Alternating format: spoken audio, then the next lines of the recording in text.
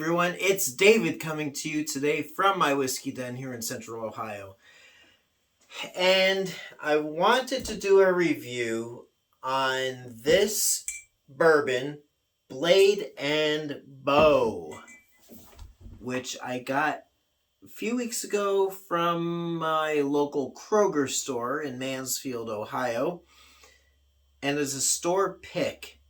So let's take some beauty shots and take a look at Blade and Bow. Roll that video. This is Blade and Bow Straight Kentucky Bourbon from the Stitzel Weller Distilling Company. It's 91 proof and has an undisclosed age and mash bill. Stitzel Weller prides itself with this bourbon using a Solera fractional aging and blending method. What is that, you might wonder?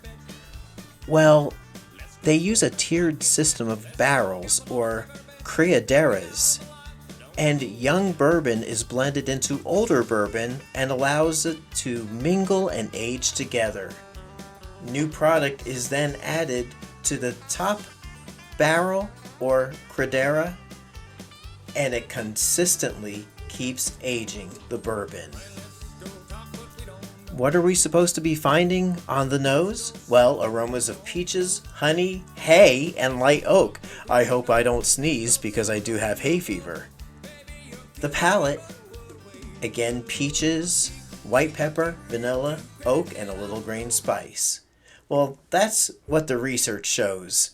What do I find? What am I going to figure out on when I taste it and smell it? Well, let's find out right now, shall we? Thanks, Johnny.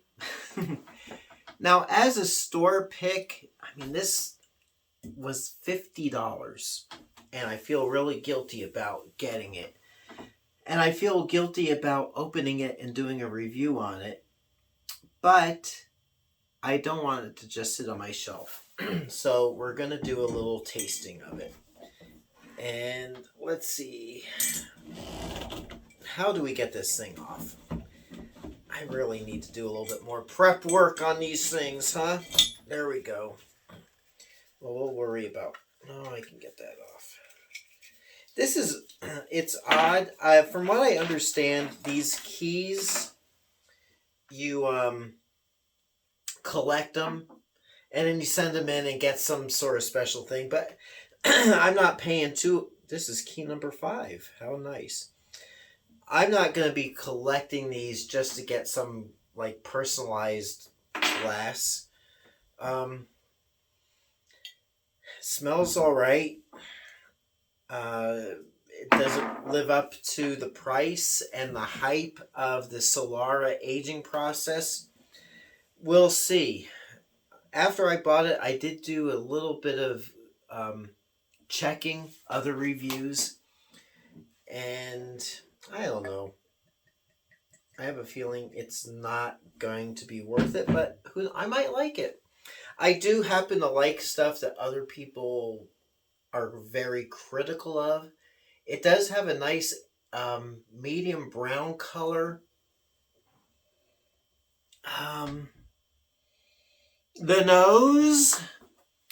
nose is on my face, but to me it kind of reminds me of Jim Beam White Label, which isn't good. Jim Beam White Label is what it is, but actually that smell is intoxicating. But let's see how it is. It smells here. Okay, I'm kind of going into this a little prejudice, because in my opinion, if you're taking bourbon, you take a barrel of bourbon and you drain out, let's say you drain out the majority of it and make it into Old Forester, and then you're dumping new liquor in there and letting it mingle with the old stuff. and it's in the same old barrel, I'm not really expecting a lot. And on the nose, I'm not getting a lot, except that it smells like relatively young whiskey. So this Solara process might be good for sherry or whatever, but maybe for bourbon it's not. I know I keep smelling it, but let me try it. I mean, the coloring is nice.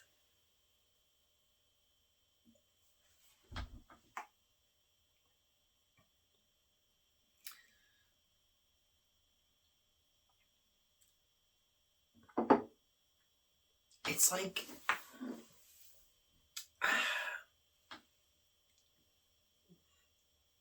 is it a decent bourbon? Yeah, it's a decent bourbon.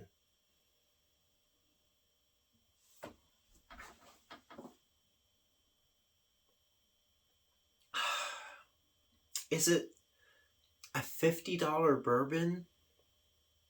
No, it's not. Realistically, if they charged $25, that would be reasonable. But you're paying for some hype. I don't know. It's just... it's nice to have it. It's more of a status thing. You know, I can say, hey, this was a store pick at my local Kroger. It's Brown Forsman, or no, Stutzel Weller. It's a nice 91 proof. But it's a $25 bottle. I believe that the price point is because you're paying for some hype. It's all right, but it's not. The nose is addicting. I can't stop smelling it. But the taste, let's put it this way. If they took Jim Beam white label and aged it for 6 more months and put it in here, that's what you'd be getting. It's not remarkable, but it's cool to have, you know. I can't say anything other than that. So anyway, it's going to go back up onto my shelf up here. It is sorry, I'm talking not to the camera. It is a top shelf bourbon, but it's kind of a status thing. It's nice to have and to show off, but you know, I might have my buddy Brian over and say, hey, check it out. I want your opinion of it. Might do that when I have him over, and we can do a little sampling together.